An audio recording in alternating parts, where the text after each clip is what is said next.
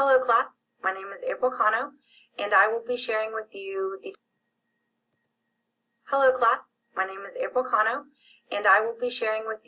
topic of my literature review, which is academic advising for transfer students.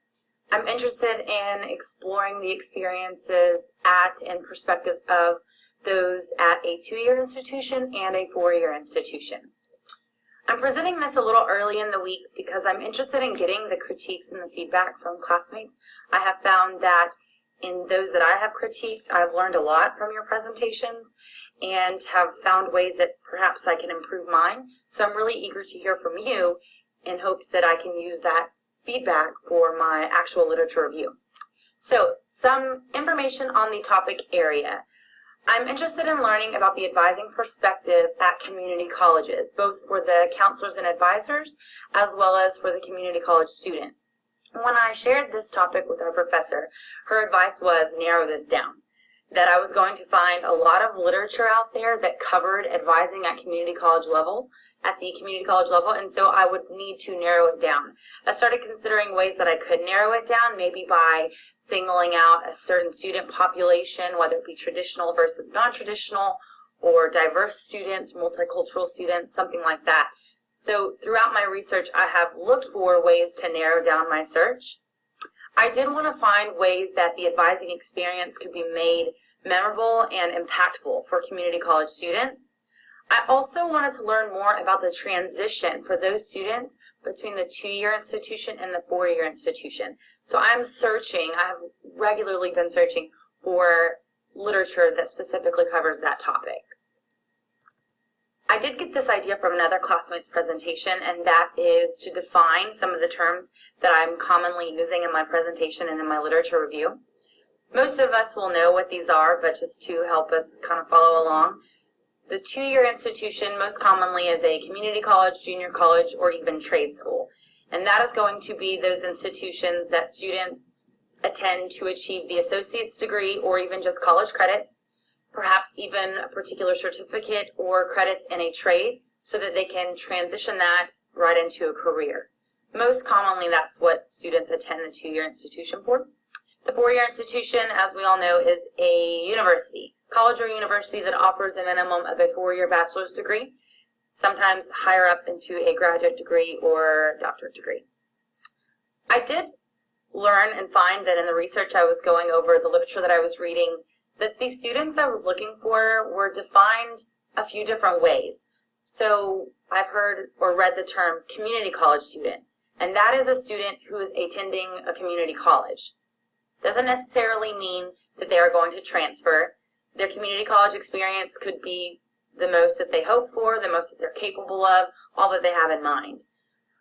The transfer student is the student that can be defined at both the 2-year institution and the 4-year institution that has the intent to transfer, or once they're at the 4-year institution, did get there through transfer.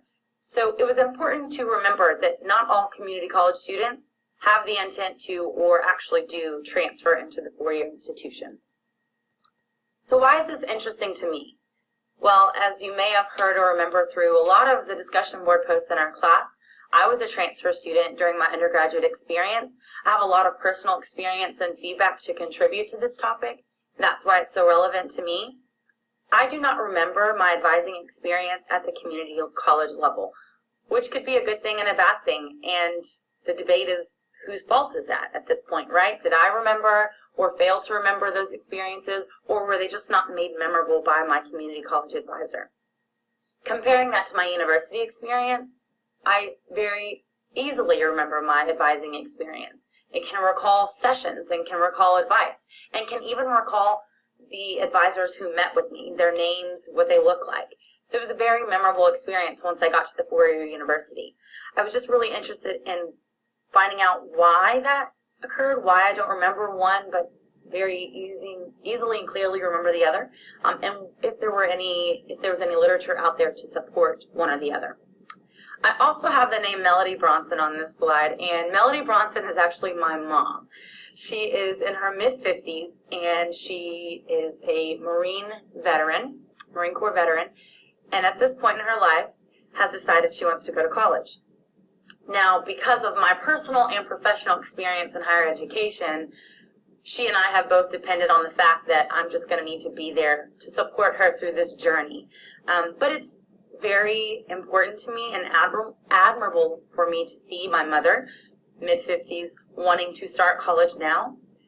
She expresses a lot of the same concerns and excitement that I did when I was going through the higher education process at 18, 19 years old. So it's just so intriguing to me that she's going to go through this, and I'm interested in learning about what her processes are going to be like and how they're going to differ from mine. I also found some literature and a quote that you can see here that I had to just post word for word. It is in an article by Catherine Flaga. I may be pronouncing that incorrectly. In her article, The Process of Transition for Community College Transfer Students.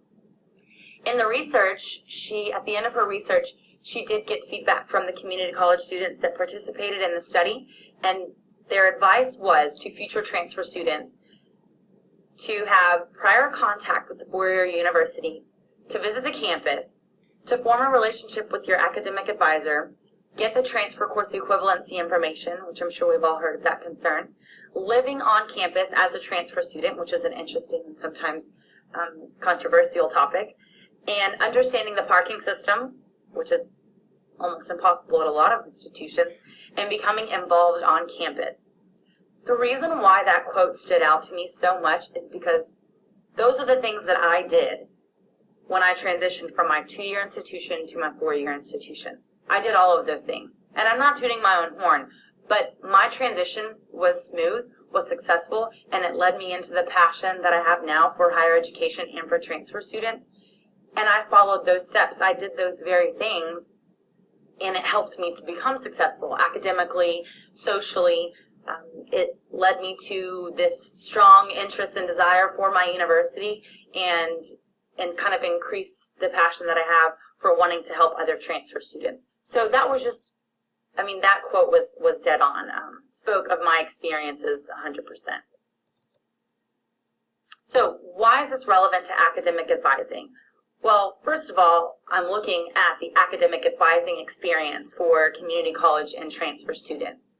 I believe that doing this research and educating myself and others in this class on this will provide ways for community college advisors to help students and things that they maybe should not be doing as much, or at least altering or changing some. Further, I think we can create tools to empower students to help with self-advocacy. As I've mentioned, I was empowered and I did self-advocate, and I was extremely successful in my transition from 2-year to 4-year. And so I believe that as higher education administrators, and especially as academic advisors, learning about this information is going to help us help the students. It can also create potential partnerships between 2-year and 4-year institutions. I think that is extremely crucial, especially for those community colleges and junior colleges that are close in proximity to 4-year universities, is the two institutions working together to make the transition as seamless as possible for those students, those feeder students that come into the 4-year university. It could also suggest to 4-year universities what we need to be doing and what we should be doing to help and cater to those transfer students or those community college students.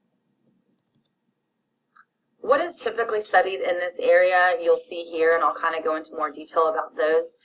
But retention is most commonly studied in this area. Retention at the 2-year institution, as well as keeping those transfer students at 4-year institutions. There's also an ongoing debate of who advises better. We've studied some of this in our course, but that's more along the lines of, should staff do it? Should faculty do it? I ultimately feel that that just really refers to what works better for the culture of that campus. I think that every campus and every university is different, and in some environments, the staff and faculty, or the staff are more equipped to advise, and in some environments and college campuses, the faculty should be doing that. We've also learned about there being a joint advising effort between staff and faculty. So there's a lot of literature, as you probably know, that exists involving that debate. Also, what type of advising is better? We've learned about that in this course too. and that's really just individual advising, online advising, group advising, the various types. There's a lot of research and literature that covers that. I don't know that that is actually something that will be very helpful to my literature review, but I do know that a lot of that literature exists. I'm more so concerned with just straight up one-on-one advising in person. I think that that's the most beneficial and what I'm most interested in focusing on, but I know that there's literature out there that supports various types of advising that I may find useful in my review. And finally, successful academic advising equals academic progress and degree attainment. There's literature out there, not much, but literature out there that covers that. And so far what I found is that's what's important, and kind of ties back to retention, right? Is finding ways to make these students successful and help them get the degree, whether it be getting the full associate's degree or getting the all 4-year bachelor's degree. For me, I was able to get the 4-year bachelor's degree, and I want to see other students do that. I want transfer students or even those community college only students to see that's a very viable option for them, and that there are resources and administrators out there that want that too for the students. So I hope that you've learned some things about why this is important to me, and also why it's important just to higher education in general. And I look forward to your feedback and appreciate your attention.